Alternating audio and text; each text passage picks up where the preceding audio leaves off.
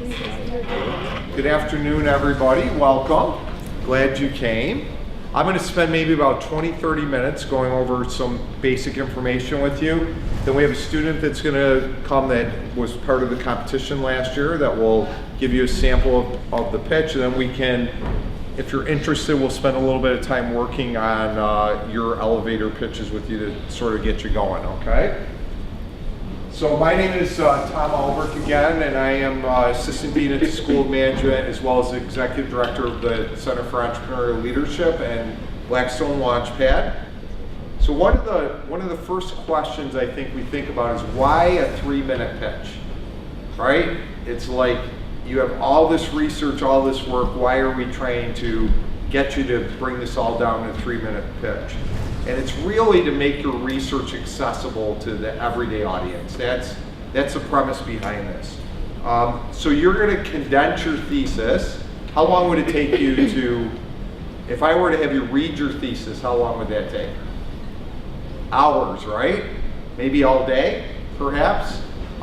Maybe a little longer than all day, depending on how much writing you did. We're going to have you condense that and promise that down to 3 minutes. You think you can do it? You can. Trust me, you can get it done. This competition was actually started at the University of Queensland in 2008 and really came from the business world and from the concept of an elevator pitch. And I'll talk a little bit about that in detail in a little bit.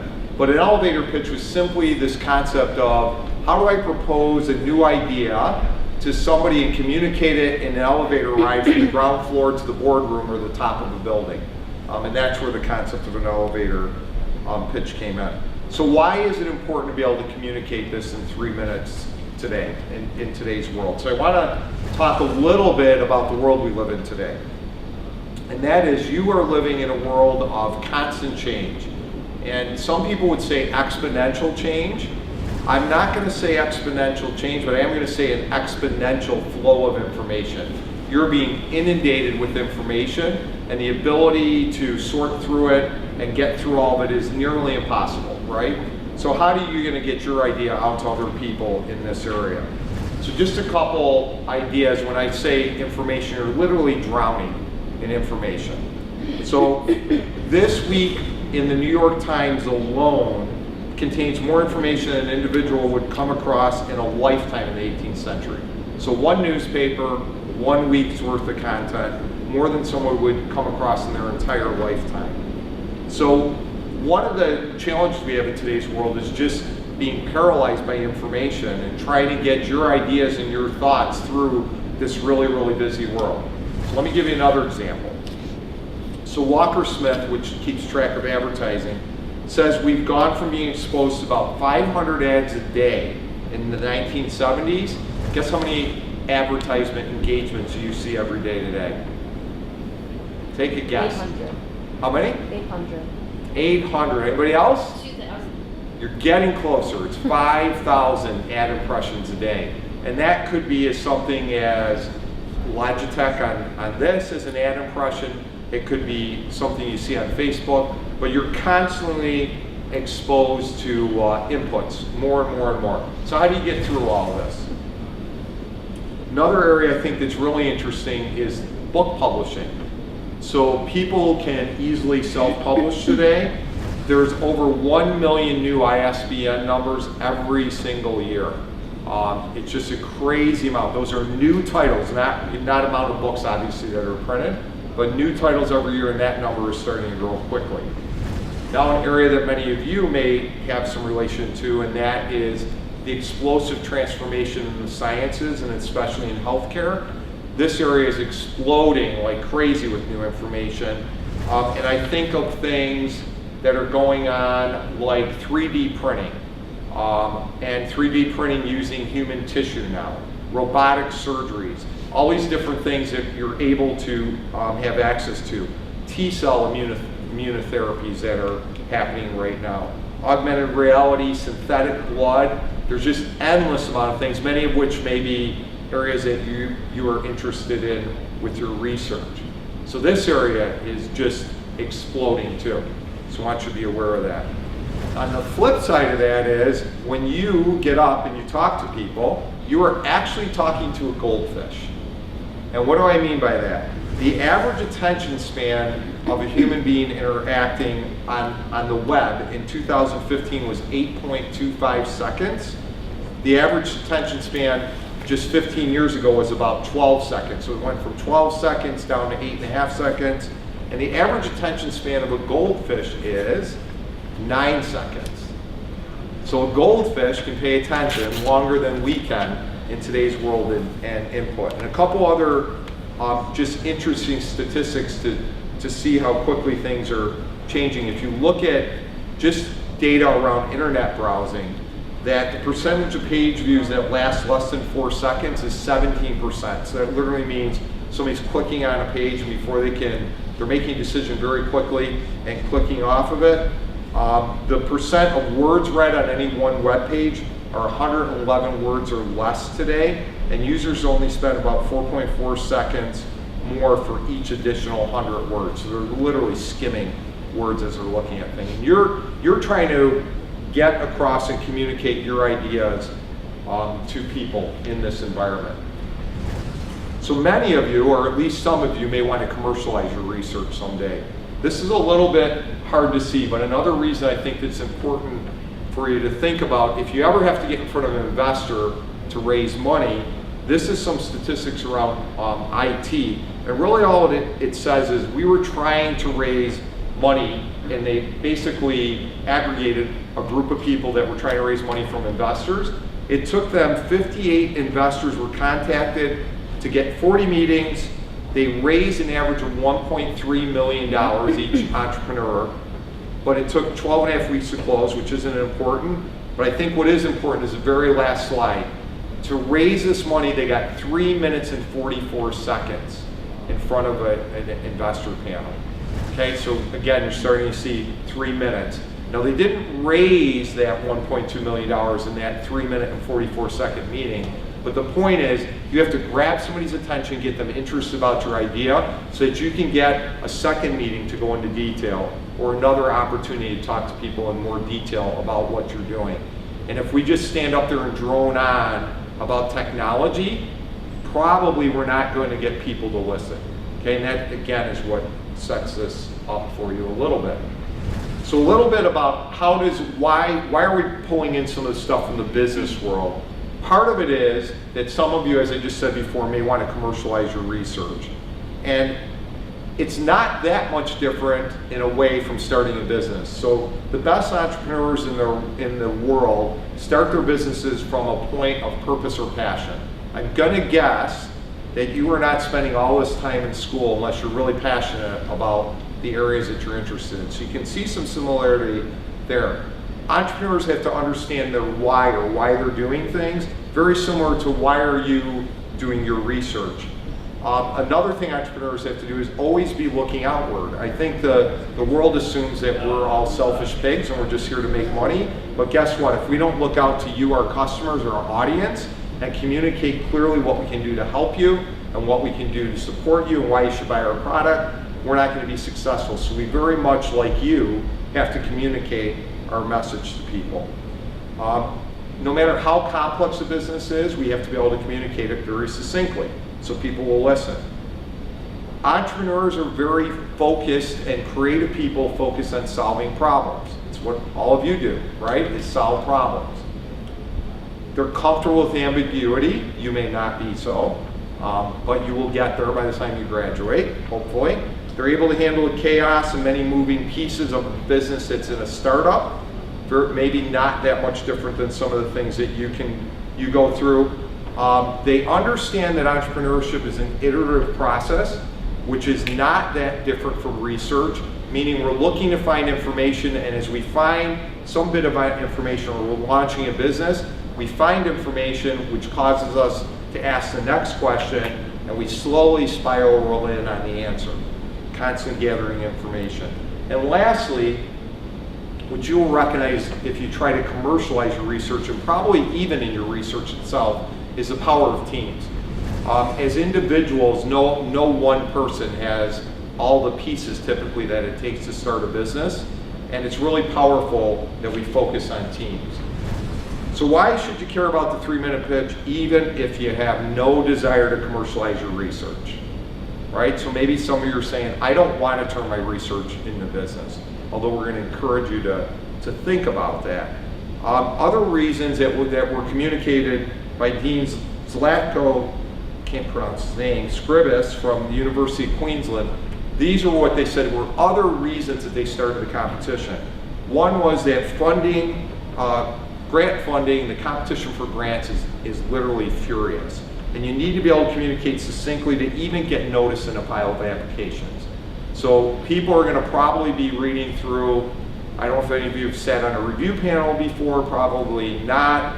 I have at NSF, and we really spend a lot of time looking at executive summaries or the abstracts, right?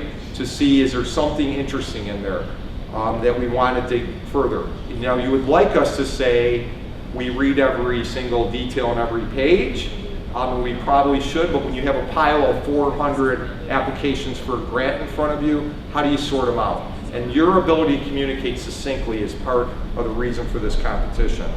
We talked about funders being inundated.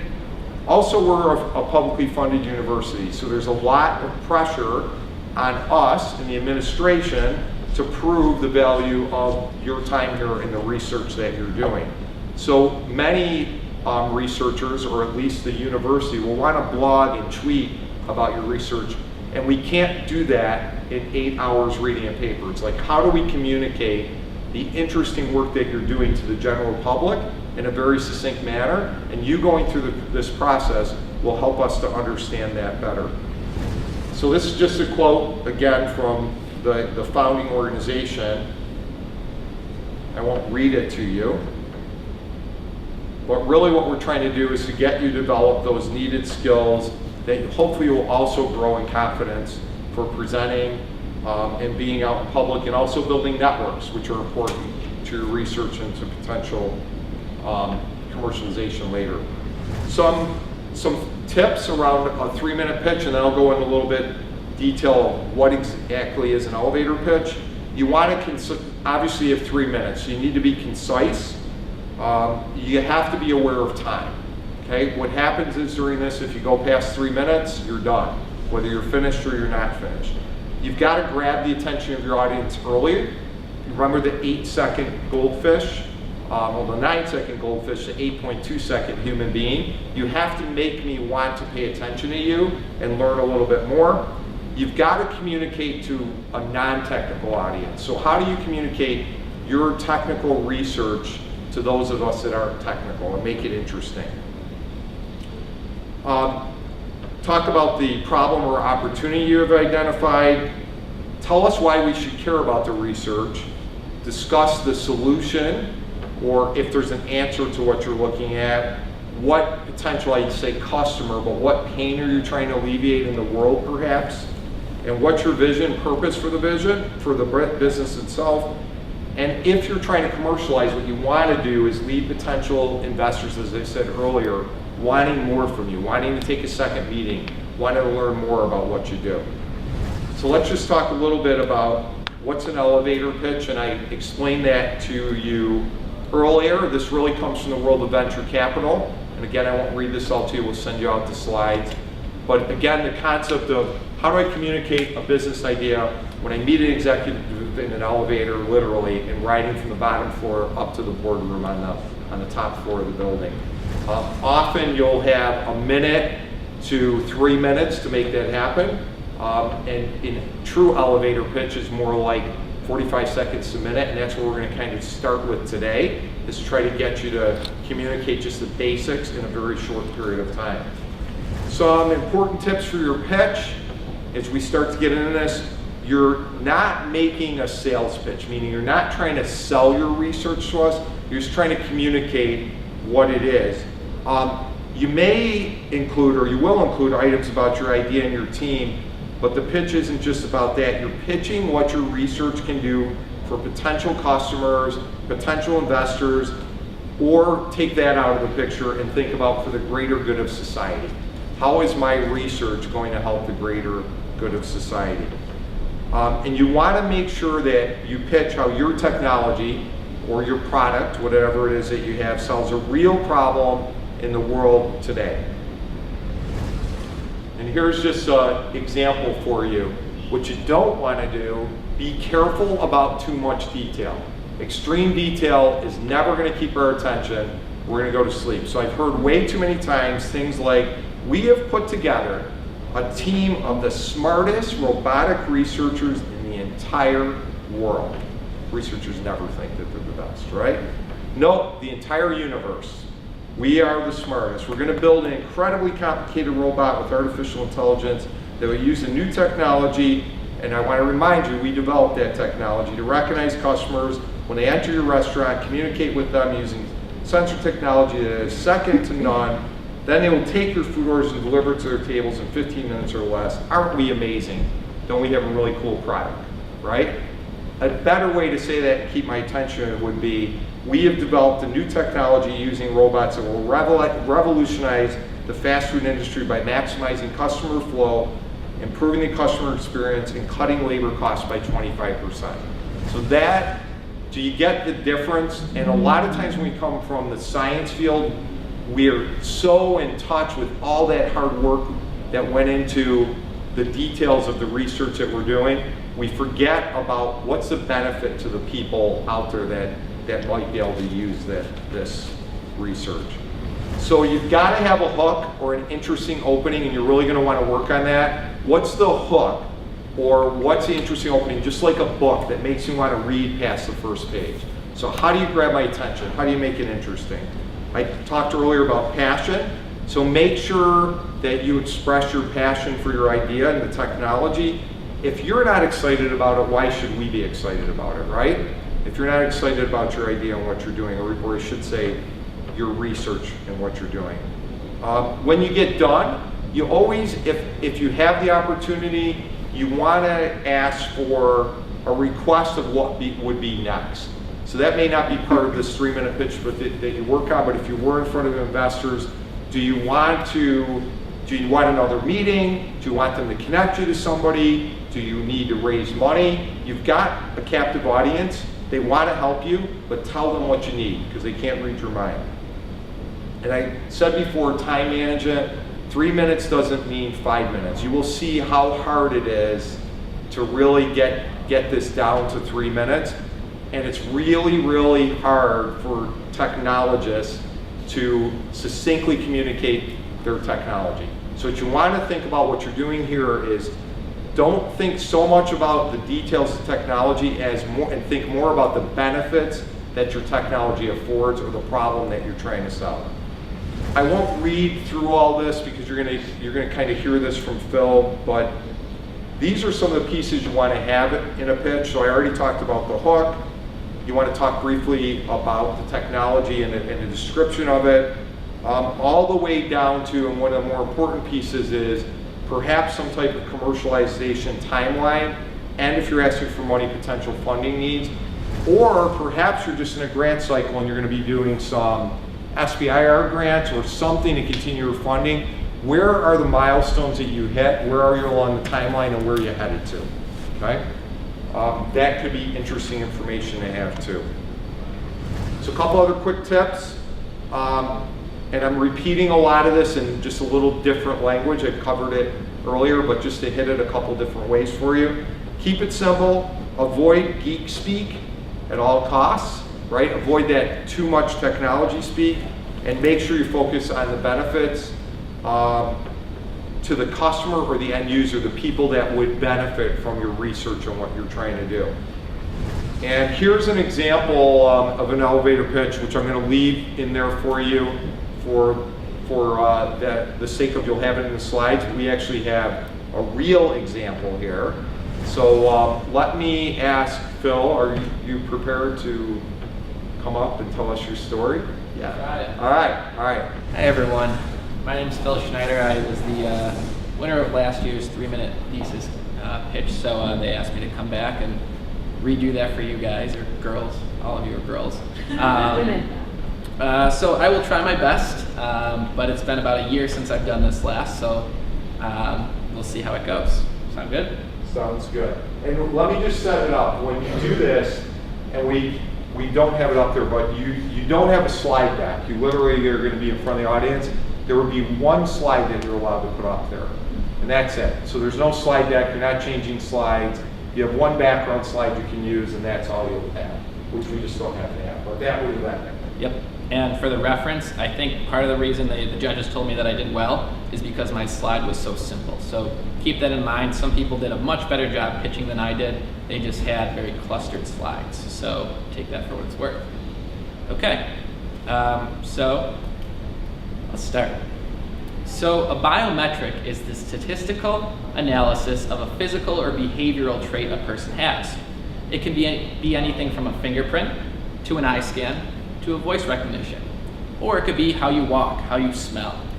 We all have biometrics, and they're used around the world today on a daily basis. Whether you're going across the border to Canada, they have a fingerprint in the passport, or you're just accessing your phone on a smartphone, they take a facial recognition. But what if I told you your biometric was in jeopardy?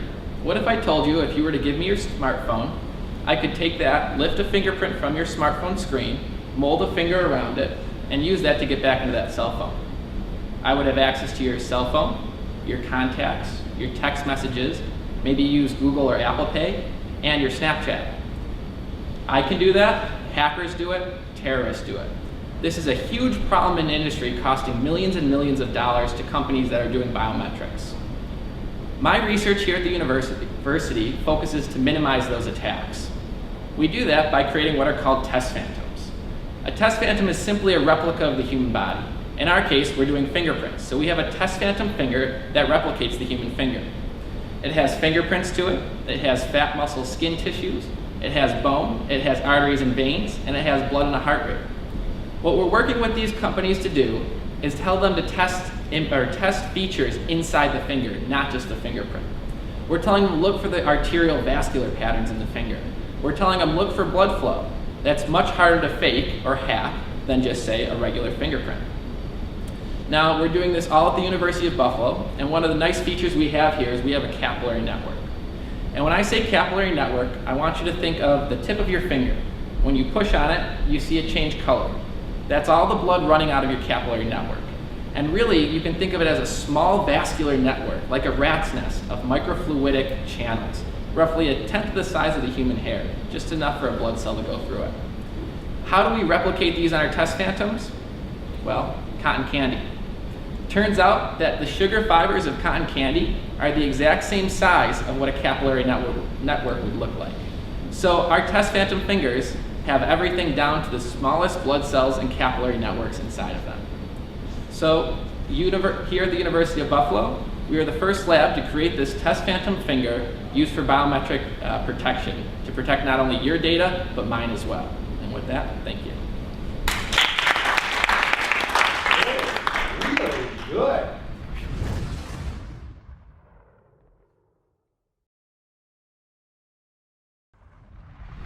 It's a physical finger. Yep. I'm not a scientist, in case you guys haven't figured that out yet. I'm going to assume there's a lot of science underneath what he said, but he said he told us a story, right? Told us a story and really described a problem that somebody that's a non-scientist can relate to. So he didn't, although he did get technical to explain how it works, he explained it in such a way that it's really interesting to somebody from a non-science perspective. So does that make sense? If you can do that, you will win. It's that simple. No.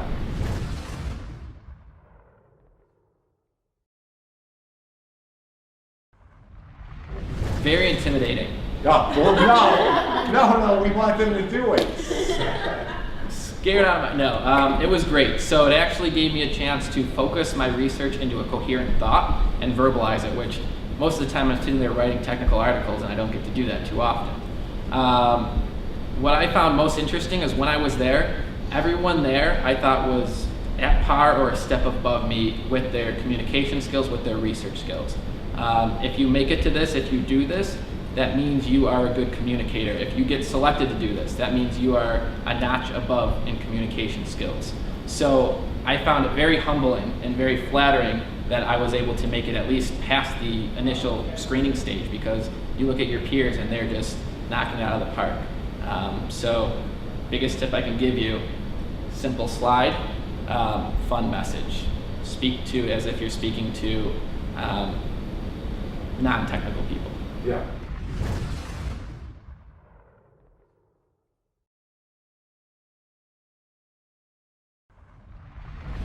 I started practicing with my PhD friends, and someone asked, you know, how does the subdermal vascular structure and the flow patterns affect the test phantom? And I thought, gee, that's probably too high of an audience. So then I went back and I went to non-technical people and I said, does this make sense? Do you get what I'm speaking at? Sister's an art major, younger kids, just people that give a general feedback. It wasn't as necessarily as much content as it was, am I portraying the message clearly?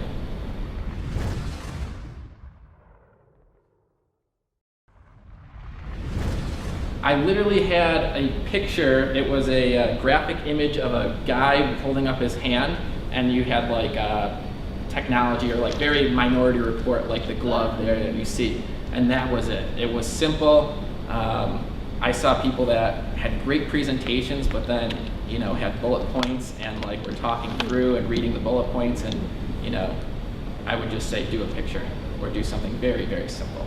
And I think the really important part is you can communicate your idea or technology in a way that anybody might get excited about it. So this could help him in many different areas. As I said earlier, if he was looking for funding, if he was looking for investment, if you would, even investors, if you go to investment to commercialize your technology, what a lot of people don't understand, investors don't care about your technology other than they care, can I make money with that technology? So they're really interested in what it does. And as an investor, I'm sitting here thinking, wow, the application for what you're building is like endless. All these different areas that it could, as well as you really described the problem. And the grab was, you kind of scared us, right? It's like, wow, if I was able to do that, I can get everything off your phone. I can act as you, literally, if I can get into your cell phone. So the grab was really interesting. So it would be something that anybody would be interested, that doesn't have to be a expert, a subject matter expert in this area that Phil is in. Because anybody that's going to invest, the likelihood is they're not a subject matter expert. They may have some expertise. There's going to be other people that may invest in you that have zero expertise, and they're really needed to get that message across clearly. Now, are they going to say, I want to support your research today based on what he just said? Do you think that will happen? Maybe, but probably not. But would you be excited to get another meeting with him and learn more about his technology? Absolutely. And as they do as somebody did due diligence about investing, then they would bring in subject matter experts along the way that would start to talk to Phil about the technology that underlies everything. But he was able to open the door by that pitch and get people interested. Does that make sense? Okay.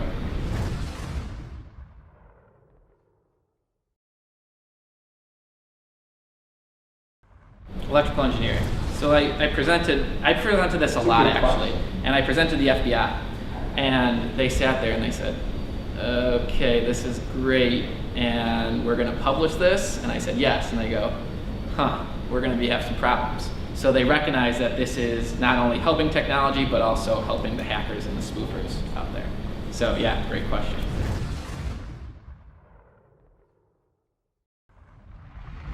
Nope, we were okay with it. If I don't do it, the next grad student will, or something like that. It's I can't hold up the technology, if you will. And funny fact, I've given this speech so many times after the 3MT, I actually do have a purchase order for this finger from one of the companies. So it's funny how even just getting your thoughts in 3-minute form helps you. And the other thing I would say, just going through the process, whether you make it to the finals or not, I think is invaluable just for your personal development. Because it helps you to communicate more succinctly, to think through things. Would you say that that's the experience of a lot of people that went through?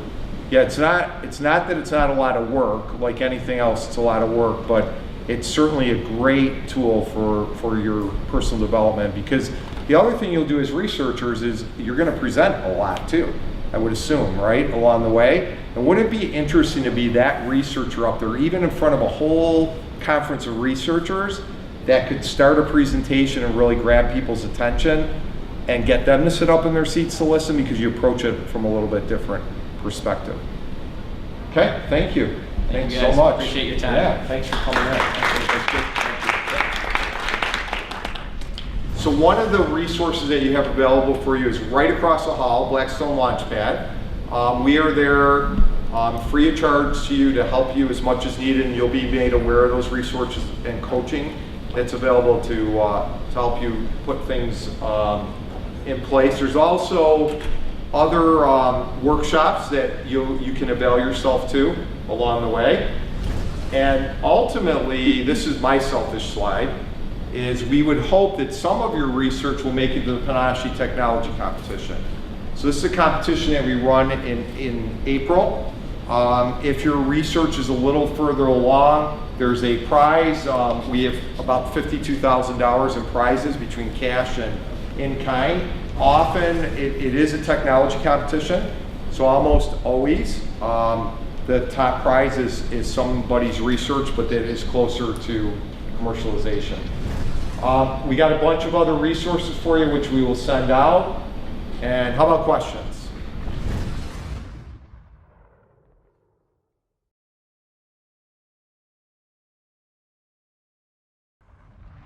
The answer is yes, I believe. Absolutely. Yeah, absolutely. Because I would guess I'll let you answer, but you're solving a wicked problem in the world, or that's where your research is. Absolutely. The 3-minute thesis competition welcomes students from every discipline, and we really want to encourage arts and humanities students to participate in it. This is a skill, as Tom said, that is invaluable for all graduate students, whether you're going into a job interview situation or you're at a family picnic explaining to your Aunt Eleanor what you're doing. You need to be able to communicate to people who know nothing about your field, and to be able to succinctly tell them what problem you're addressing and the impact of your research is critical. Or maybe you are going to publish an article, maybe you want to publish a book, those kinds of things. So it's a good skill to have. And in 3-minute thesis, we get judges from the community that are representative of arts and humanities and corporations, like a wide variety. And this year, we're stepping up the training for the judges to explain to them, make sure that they fully understand what they're judging. They're not evaluating the merits of the research that you're conducting. Your committees already are doing that. What they're doing is evaluating how well you communicate your research to a non-specialist audience. So, are you clear? Do you use non-technical language? A lot of people decide to use an analogy that people can relate to in their everyday life to help elucidate a point about what your research is. These kinds of things. So they're looking at the communication skills that you have. It's a communication competition. So we welcome people from every discipline. Well, first, let me back up a second and say, don't be confused because Tom is here from the School of Management. The reason I'm here is not, I did talk about how you may commercialize, and we would love if that happened, but that's not the point of the competition. That may be an outcome for some people to think about that. We're here just because pitching is more common in the business world. So that's what we're here, is to support you. So I think to make that clear, don't think because I happen to be in the room that this is all about business and how you're going to make money. The second point I would make would be, I think where a skill would be useful for you to be able to communicate this really well, maybe, would you be involved in public policy? No, nothing to do with public policy? My research would have implications Yeah. for public policy. Yeah, so I'm wondering if there was ever like an opportunity to testify or to present to elected officials or anywhere you may want to present your ideas and your concepts to people that you would want to influence to engage in the... It's very possible. Okay, yes. So that would be an application outside of quote unquote trying to commercialize or make money with that. Okay. Yeah, because I'm thinking you're working on, like, I would call it a wicked problem. That's what we call Sure. it, like really, where's the solution? Yeah. And as soon as you find it, there's a new problem right behind it, right? So really interested, but I think those are really important. Or maybe you're trying to encourage some grant funding somewhere, so you're talking to the Ford Foundation or somebody and be able to communicate it in more common language. That's why I would encourage you to do it, as well as Thank for the you. contest. Thank you both.